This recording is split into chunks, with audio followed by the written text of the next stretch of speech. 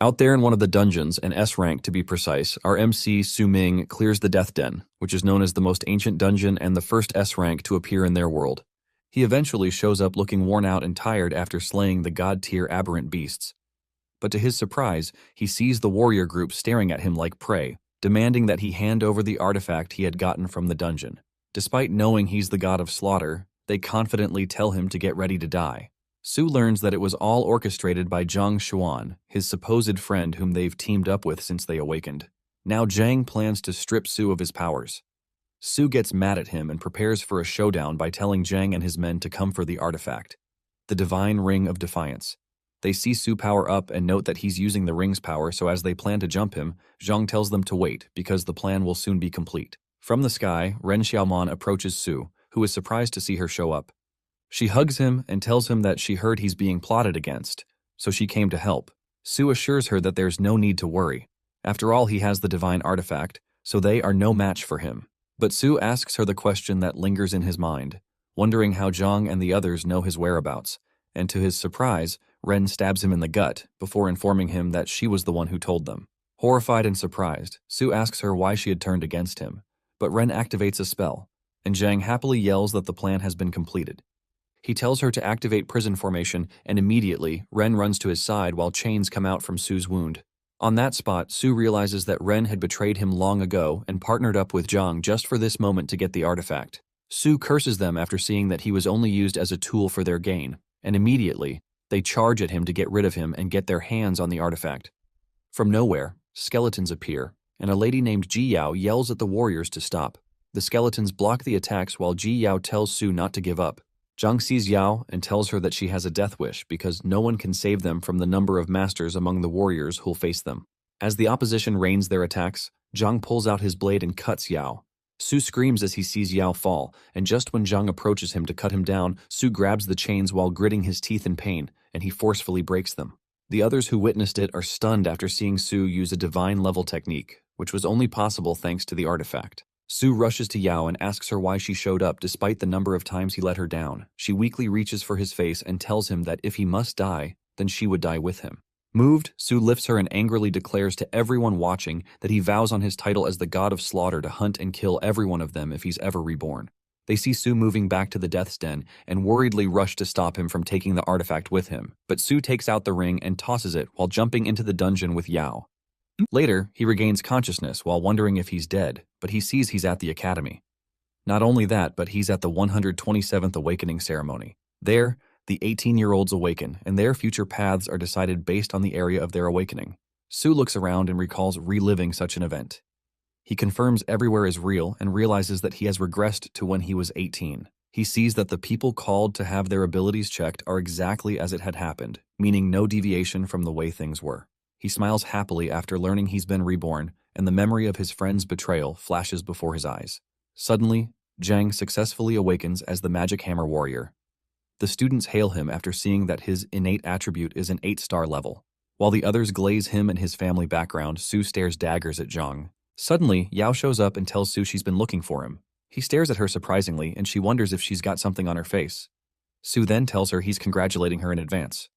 While she wonders what he meant, Su notes he's happy to see her. The announcer calls Yao next, and when she touches the heavenly stele, they all realize that she has awakened a hidden profession just like Zhang, but this time around, it's necromancer with star level 7.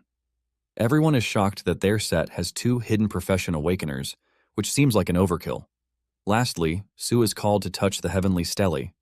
As he walks there, his mates dismiss the possibility of him being the 3rd professional awakener just because he is an orphan. In the country known as the Blue Star, after the first set of awakeners decades ago, people began to awaken when they reached 18 by participating in an awakening ceremony. The awakened are known as the elite, who have the powers to bend the rules of the nation and amass wealth, but they must face ferocious beasts, terrifying dungeons. And with all the cons that came with awakening, Su in his past life, who was an orphan that depended on reliefs and scholarships, awakened with amazing star-level innate attributes, the legendary profession, the god of slaughter. Currently, Su stands before the stele with the hopes to enlighten everyone once again about his ability, but when he touches the stele, it fluctuates so heavily that everyone wonders if it's the birth of a 9-star rank profession. But to everyone, including Su's surprise, the Ring of Defiance appears from the stele. He grabs it and sees that the artifact traveled through time to meet him. As soon as he touches the ring, a status window pops up and classifies him as the strongest beast slayer, his mythical profession, the sword god. The announcers and everyone around are surprised by the fluctuation phenomenon, and they wonder what profession Su is getting. Jang, on the other hand, wonders why Su isn't moving. Meanwhile, Su looks at the pop-up window and wonders why his profession has changed from god of slaughter to sword god. He scans his fingerprint, and his golden talent is the sublimation of all things. He goes through the stats and realizes that his level will be higher than that of his past life. He opens his skill set and sees there is nothing there. But as he frantically tries to operate the status window, the others wonder what is taking him so long. The system eventually answers him and scans the Ring of Defiance, and after identifying it, a bright light bursts from the stage and goes straight into the air. Everyone there looks into the air and sees that Su is star level 10. Unfortunately, he is awarded the profession, Sword Controller. Everyone is shocked at his level, and they wonder if they have 3 students with hidden professions. The problem is that the Sword Controller isn't a high-class profession, so the 10-star level seems like a high potential for a low-grade profession. When Su returns, his classmates snicker at him and note that Su will have to cultivate twice as much as others to get points matching others. They look down on him and note that the maximum he'll ever get from that profession is to act as a support in battle. Despite all their sadistic remarks, Yao happily congratulates Su and calls him amazing for his 10-star talent. She believes he won't have any problems growing stronger in his profession. Su thanks her for encouraging him and opens up to her by saying that everyone else's reaction was what he wanted. She doesn't understand what he means, but as soon as Ren is called up to the stage to check her profession, all the boys start cheering for her. Yao admires Ren and talks about how Ren is their school beauty. Just like others, everyone anticipates her new profession, but to Yao's surprise, Su walks off and tells her he's not interested. What haunts Su is the fact that Ren had used his talent and betrayed him without hesitation. As he walks off, he notes that he'll have his revenge. On the streets, Su sees there's no change to the environment like he remembers it, and the only exception is his new profession. Su checks his status window and sees his concealment skill, which is one of the 4 skills of his previous life, available in his skill set. The status window adds his former skills to the skill catalog and shows him he's at the very first level. Su plans to hide as much as possible about himself to avoid being used like his past life. Based on the way things occurred in the past, he expects a novice dungeon challenge to show up the next day. Knowing fully well that it'll be a breeze for him, Su realizes he has to defeat a particular boss during that event, and for that he'll need good equipment. Meanwhile, Ren stays with Zhang in a hotel suite, and she calls him mischievous for having her over right after the end of the awakening ceremony. He gets pissed upon hearing about the ceremony because Su had robbed him of everyone's attention due to his star level. Ren quickly pacifies Zhang and then tells him that Su will be of use to them in the future, thanks to his high stats. She shows Zhang her phone to prove how Su used to like her, so she types a message which she plans to send to Su to get him to work with her. Su, on the other hand, arrives at the equipment store in the city, and he sees students from nearby schools checking the place out, which means that they too have completed their awakening ceremonies.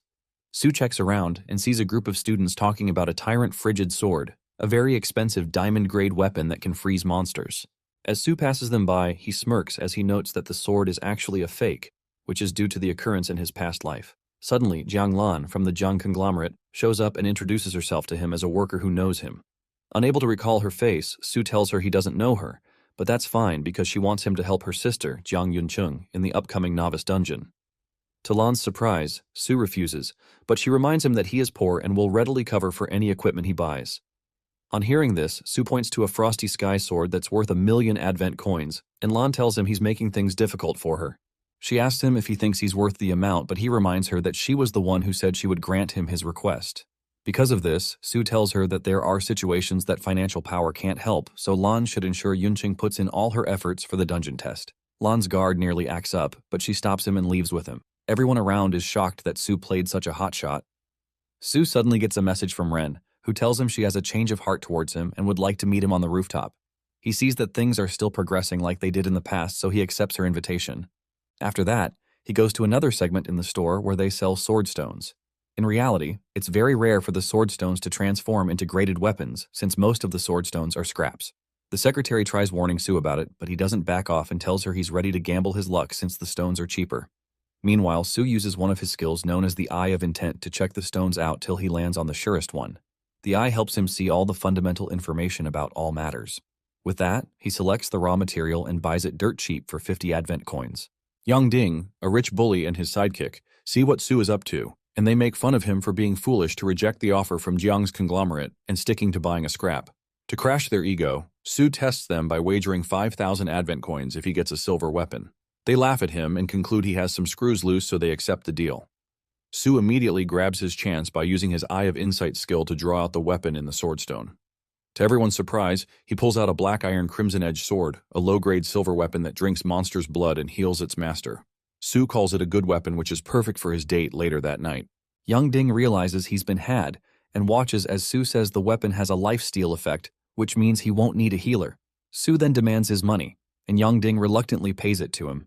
The receptionist checks out the sword and finds it hard to believe because it's been years since someone pulled a good sword out of the rocks. Su then meets her for a scabbard and purchases one with the 5,000 advent coins he just got. His status window immediately informs him that the scabbard will reduce the sword degradation by 50%. It asks if Su would like to open the hidden materialization function, but Su declines and declares he's going to raise the grade. With that, Su takes his leave, and as he heads home, he checks his status window and wonders why he doesn't have any single profession skill attached to his sword god title. But on the professional talent tree, he has the sublimation of all things, a skill that can upgrade all loot, but it can only happen once. Su applies it to his weapon, and it gains the bloodthirst effect, making 2 abilities. 1, the Blood Drinker, an ability that heals the owner after cutting an opponent. The second one temporarily increases the owner's stats by 5 points for 30 seconds. After reading up on them, Su opens the hidden weapon materialization and notes that preparation for the next day's dungeon raid is complete. Later that night, Su goes to the rooftop where he sees Ren waiting for him. She acts like a vixen, telling him he's late, but she freaks out when she sees him hurl his sword at her. It lands a few feet away from her, and she asks him out of fear about what's wrong. Su tells her that he has shown up for revenge, but she doesn't know what he's talking about, so she tells him she came because she took the initiative to ask him out since he liked her, but now she finds it strange that he wants to kill her. Su immediately recalls how she approached him right after the awakening ceremony in the academy ended, and for the first time, he received her concern. From then on, she talked to him till he eventually asked her out and they started dating.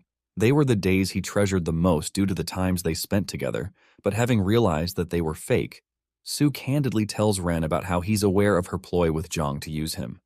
Surprised, Ren tries to cover up, but Su doesn't let her finish, and he calls her a shameless hoe.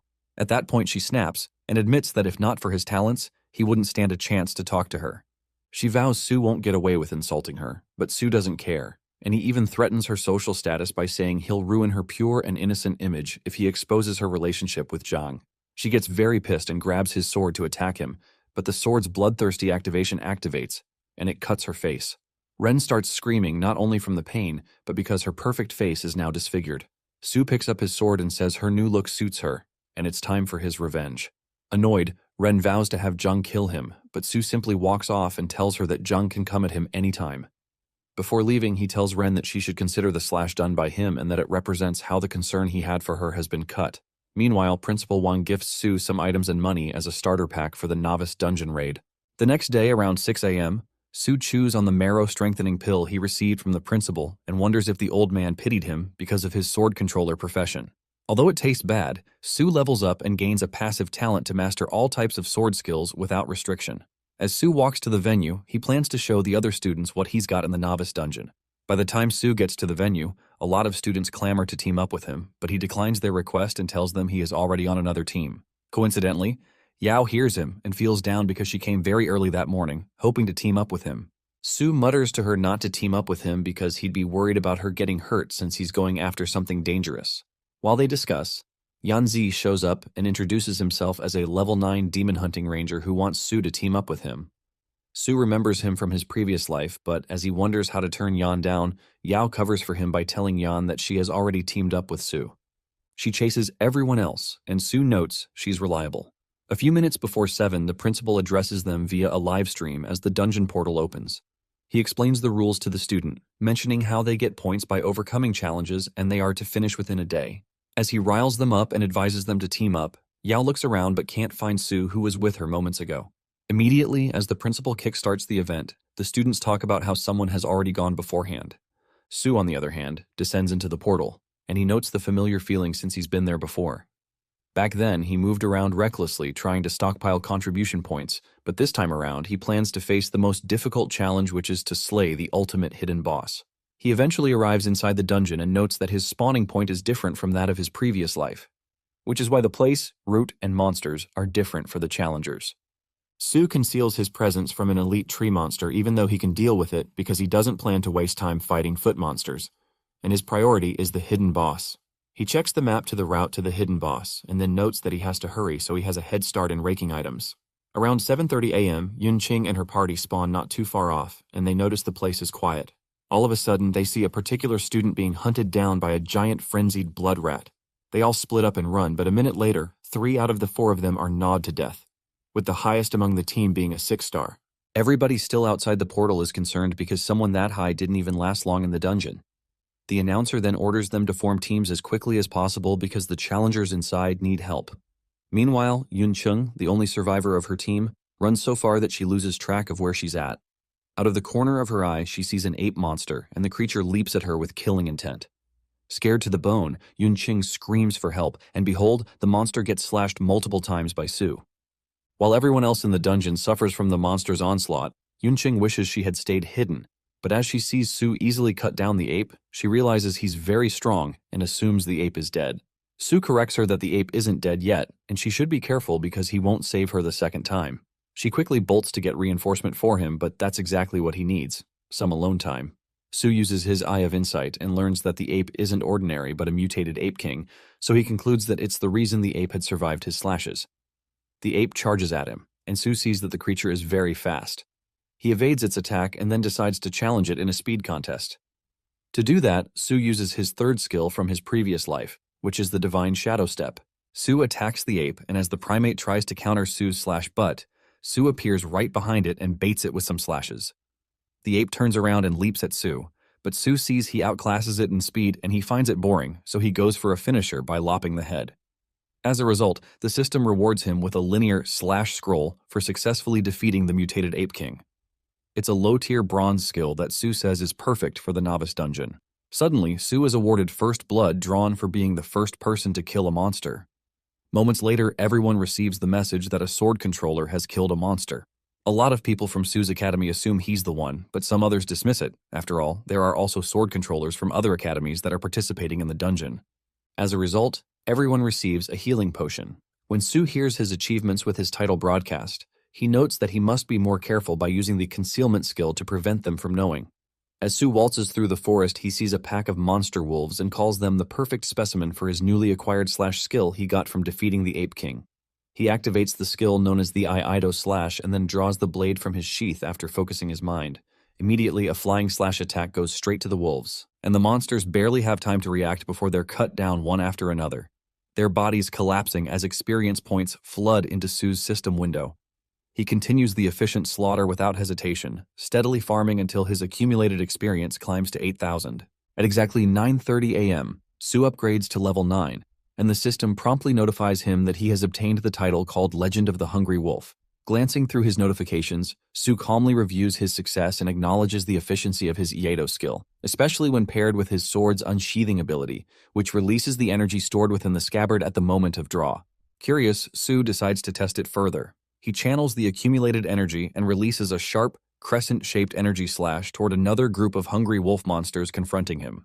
However, to his surprise, a massive level 10 Wolf King suddenly emerges from the forest depths, and it effortlessly deflects the attack.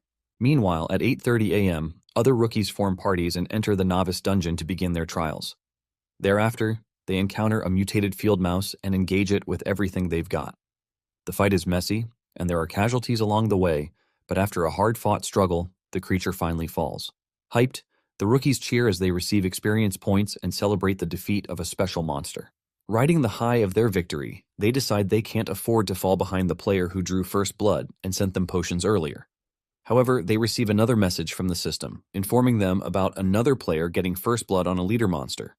Surprisingly, the player is a level 9 fisherman who obtains the Leader of Leaders title with that achievement. Unease spreads through the group, and they wonder if the profession they once dismissed might actually be terrifyingly strong. 10 minutes earlier, Su steadily chips away at the Wolf King's HP, his movements precise and controlled. From his perspective, the beast is nothing extraordinary. With one final strike, he brings it down and calmly remarks that it's no match for a reincarnate like him. Following that, the system congratulates Su for defeating the silver-backed Wolf King and lists out his rewards. He gains 500 experience points, upgrades to level 10, and sees the proficiency of several skills increase. Loot from the fallen leader also appears in his inventory. Meanwhile, the other rookies finally overcome their own opponents, and Ding realizes just how much effort it takes to deal with a simple pack of hungry wolves. Fortunately, the dungeon title reward, which is an attack boost scroll, arrived in the nick of time to aid them during the battle. Seeing that a level 9 fisherman easily dealt with such an ordeal, Ding fumes and mutters that the dungeon must be mocking them. Not long after, Ding throws away his crappy novice machete because of its low damage. He grumbles about the money he lost, knowing he could have purchased a far better weapon. His lackey tries to praise Sue's luck, but the sore loser snaps at him to keep quiet, venting his frustration over having to bear the loss alone. He complains about his slow progress and blames the deadweights in his party. Furious, he hopes to meet Sue in the dungeon so he can vent his anger by sending Sue to the afterlife. The lackey tries to soothe his anger, and they soon return to grinding experience points. Elsewhere, Sue triggers his primary profession change task upon reaching level 10. The system informs him that the task will be randomly selected based on his current circumstances. Rather than feeling anxious, Sue feels grateful because in his previous life, he had already left the novice dungeon before he reached level 10, causing his task to scale to an E-rank dungeon he was challenging at that time. However, he still couldn't complete the task and had to grind up to level 15 before going back to complete it. This reduced the benefit of the rewards he got, but he decided to change the outcome in this new life. Soon after, the system assigns him a task, which is to defeat the Guardian of the Red Rock Cave, a powerful elite monster. Seeing the location, Sue relaxes because it's still within the novice dungeon and the task feels manageable. With a confident grin, he invests his accumulated points into agility. When the agility attribute breaks past 100, the system congratulates him again and grants him a sword god profession skill called Sword Martial Master. It is a passive, low-grade platinum skill that allows him to equip any sword-type weapon regardless of level requirements. Meanwhile, inside the meeting room of First Academy in Xuanjing City, a board member reports to Principal Wang about the compiled data from the rookie dungeon, specifically highlighting the top talents standing out. Principal Wang scans through the list before asking if any statistics are missing, since Sue's name is nowhere to be found. The board member calmly reassures him that nothing is missing and that the information reflects all the data returned from the dungeon without exception. She then draws his attention to the rookie who drew first blood in the dungeon. Based on the timing and anonymity, she suggests that the person in question is most likely Sue. Principal Wang pauses at that revelation to think about Sue's supposed underwhelming performance and questions his judgment since he gave the lad a novice gift pack, but he's still not in the top 500. Before he can think further, the doors swing open and Xuanjing City's vice mayor, An Ranling, barges into the meeting room. She confronts Principal Wang directly, demanding an explanation.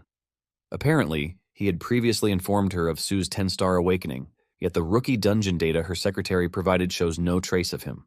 From her perspective, the situation makes little to no sense. Principal Wang attempts to calm her down and advises her to reduce her expectations because even if Sue is a 10-star talent, people with his profession usually have slightly weak early-game combat power. However, Ranling keeps rambling and accuses Principal Wang of lying to her just to get more Heavenly Tower Council qualification tokens that year.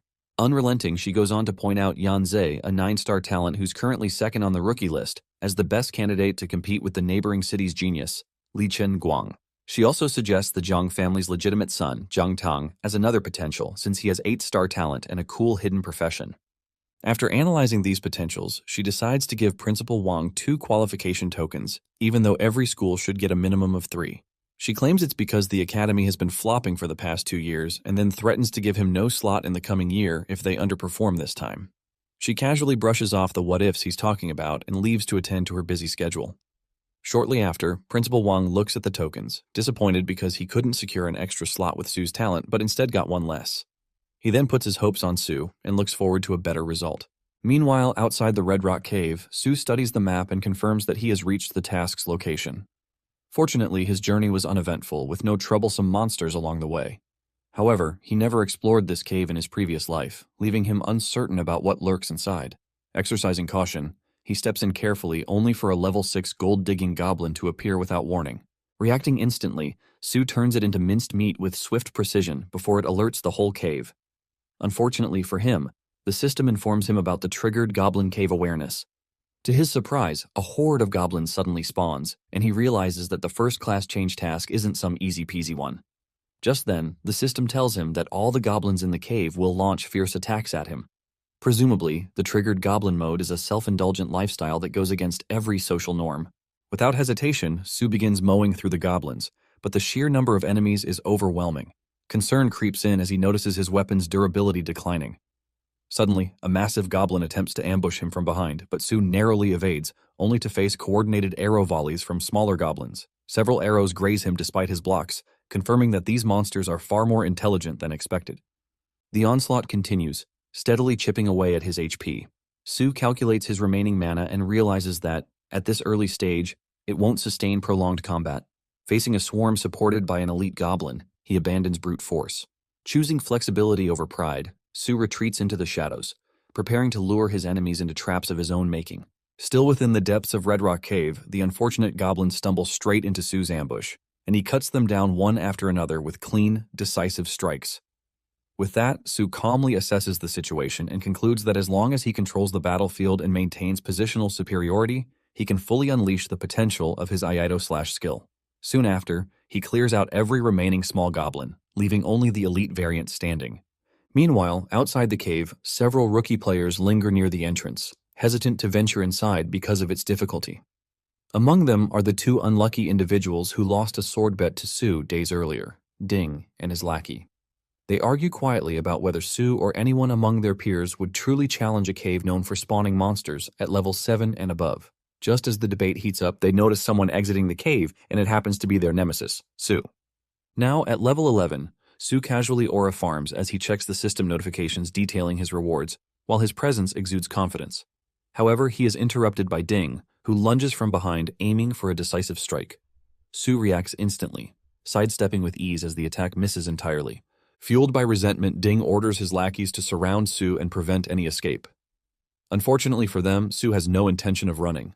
As Ding rants about settling old scores, he realizes that Su has already forgotten the incident that was a big deal to him. Enraged by Su's laid-backness, he orders his henchmen to eliminate Su on the spot. As the group charges forward, Su decides it is the perfect moment to test a newly acquired skill. With a thought, he summons his sword and activates the sword control skill, manipulating the blade through telekinesis. The sword darts through the air, grazing and forcing back his opponents with precise control. The attackers freeze in disbelief because sword control is a technique typically reserved for mid-stage sword controllers, far beyond what a rookie should wield. Unknown to them, Su obtained the skill as a drop from the elite goblin and elevated it from silver to gold tier with his talent. Su quickly realizes just how well the skill synchronizes with him and briefly considers how fast word of this ability will spread among the rookies. Thereafter, he checks the rewards from clearing the cave and discovers a hidden location map. The map outlines a path connecting the first-class change to the final stage, sparking his curiosity. As he scans the map, he is surprised to find a new quest tied to Red Rock Cave, referencing goblin commerce and their lifestyle. Elsewhere, at exactly 11:30 a.m., a flamboyant all-girls rookie team efficiently clears out a group of low-level monsters. They hype and celebrate their teamwork enthusiastically, praising their coordination. One member thanks Fenfenzi, a 7-star awakened talent, for carrying them through the encounter. While the others excitedly inspect the loot, Fenfenzi looks back to check on the other girls in the team and soon realizes that someone is missing. She looks around, trying to understand the situation, but then discovers a shocking clue. While Fenfenzi and the rest of the girls scout for goods, they suddenly notice the swift disappearance of one of their teammates, so they begin to worry. Goblins generally reside in dark and damp places like caves and underground tunnels to avoid sunlight. As a result, they're able to avoid natural predators and are also conducive to ambushes and plundering activities. Since they live in groups, each group is usually led by a chieftain or an elder, who serves as a leader in various capacities, including warrior, craftsman, hunter, and priest, as appointed by the leader. To maintain the growth of the group, goblins possess a high birth rate and rapid reproductive capabilities. After shortly learning about goblins and the fact that they sometimes try to breed with human females, Su arrives at the coordinate position of the cave. To his surprise, the cave doesn't seem to be anywhere in sight, so he wonders if he got the coordinates wrong. Scanning the area with his eye of insight, he then understands the situation. The red cave is in an underground cavern whose entrance is hidden by thick smoke. When Su enters the cavern, he gets to an area where he spots some goblins. Realizing that the entire colony is probably in the cave, he understands that killing one of them would alert the rest.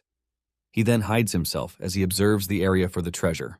While observing, he finds the body of a female student, who has probably been violated to death by the goblins. He then confirms what he learnt about the creatures to be true. Shortly after, he sees a student named Jiang Yuncheng, who must have also fallen into the goblin's smoke trap. Rather than the other student, Yunqing is still conscious and trying to ward off the horde of goblins trying to approach her. Su then sees it as a perfect opportunity to let her stall the goblins away while he secretly steals the treasure. While he turns to leave, he suddenly hears her yell that her sister is the vice director of the Jiang'an conglomerate and that she will reward anyone who can save her. Realizing that Yinting is the sister of the vice director, he spoke to him about it, and Su decides to intervene.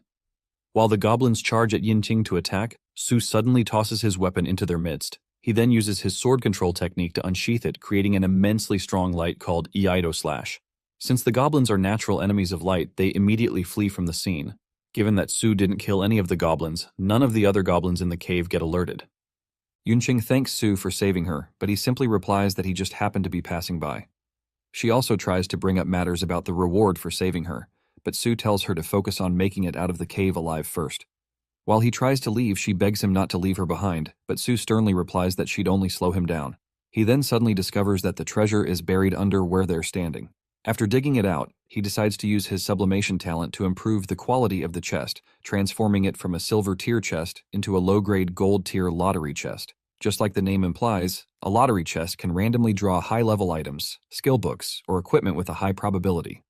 Opening the treasure chest, Su is given a Shadow Flow set and a Platinum-grade Soul Healer skill scroll, which are both far from what he expected. Seeing that he was only rewarded a Shadow Flow set and a Soul Healer skill scroll, Su gets disappointed as he had worked extra hard, expecting a more bountiful reward. The Shadow Flow set seems quite useful to him, but the Soul Healer skill scroll stands out weirdly as it doesn't match his profession at all. Yinqing remarks that it probably appeared because of her. She then introduces herself as a 7-star Soul Healer, taking Su completely by surprise. Su then immediately receives a notification from the system, stating that Yinqing has now joined his team. Meanwhile, in a different location in the dungeon, Yao randomly stumbles on the dead bodies of her peers. Before she can react, Li, the student responsible, sees her and makes her his next target, forcing her on edge. After a while, she gains some distance from him, so she conceals herself and tries to sneak away secretly. She then accidentally makes a loud noise, alerting Li and causing him to charge at her with a heavy attack.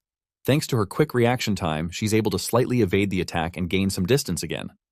Surprised at her swift moves, Li mentions that he never expected a girl like her to hold out against him for so long, remarking that the Xuanjing Academy might not really be entirely trash.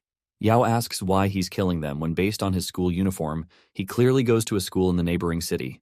Li then responds that his level 10 first-class change task happened to assign him to kill 50 players. According to him, since it'd be strange for him to suddenly start killing people around him, he decided to visit their weak school to do justice.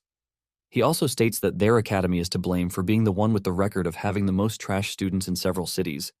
Suddenly, he charges at her, but Yao tries to block him off with her necromancy skeletons, which he easily destroys. He then calls her weak as he chases her with a fatal attack. Just before the attack hits her, someone blocks it off, to their surprise. Yanzi then reveals himself with his teammates and promises to protect her. Meanwhile, not too far from the Red Cave, Su submits treasure fragments to the system and gets a notification about completing the primary class change task. He then gets promoted to first class as his swordsmanship power, speed, and proficiency increase in double folds. Yinqing, who uses the Soul Healer skill scroll, also unlocks some advanced skills that make Su raise an eyebrow. He then concludes that she must have an infinite amount of luck. Thinking about the great things he could accomplish with that amount of luck on his side, he reconsiders his options and agrees to complete the dungeon with her.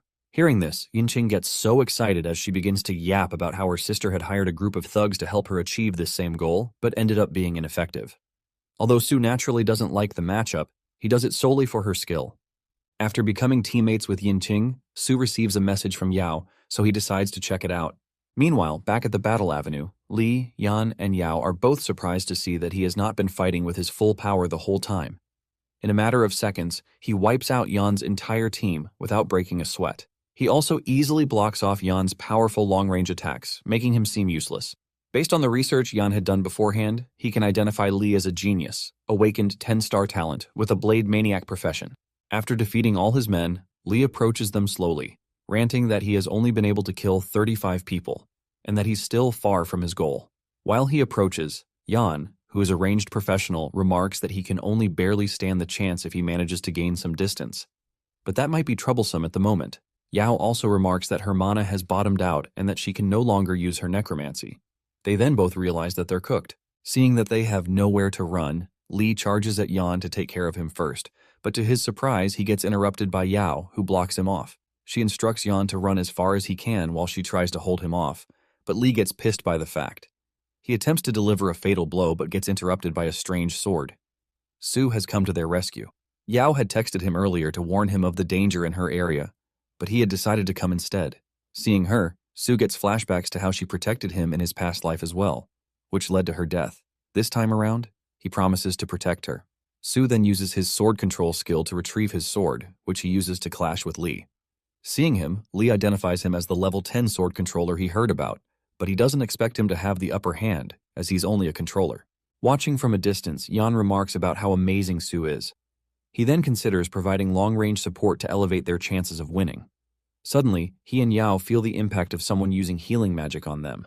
Yinqing then reveals herself from the sidelines and introduces herself as Su's teammate, putting them in shock. Su had boldly told them he was planning on going solo, so seeing him with a teammate strikes a bit of jealousy within them.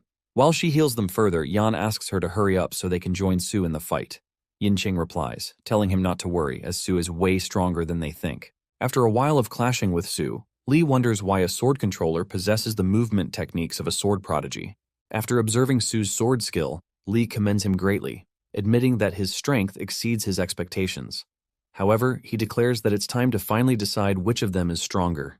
Hearing his name, Su remarks that he heard of Li in his past life, but never got the chance to meet him personally.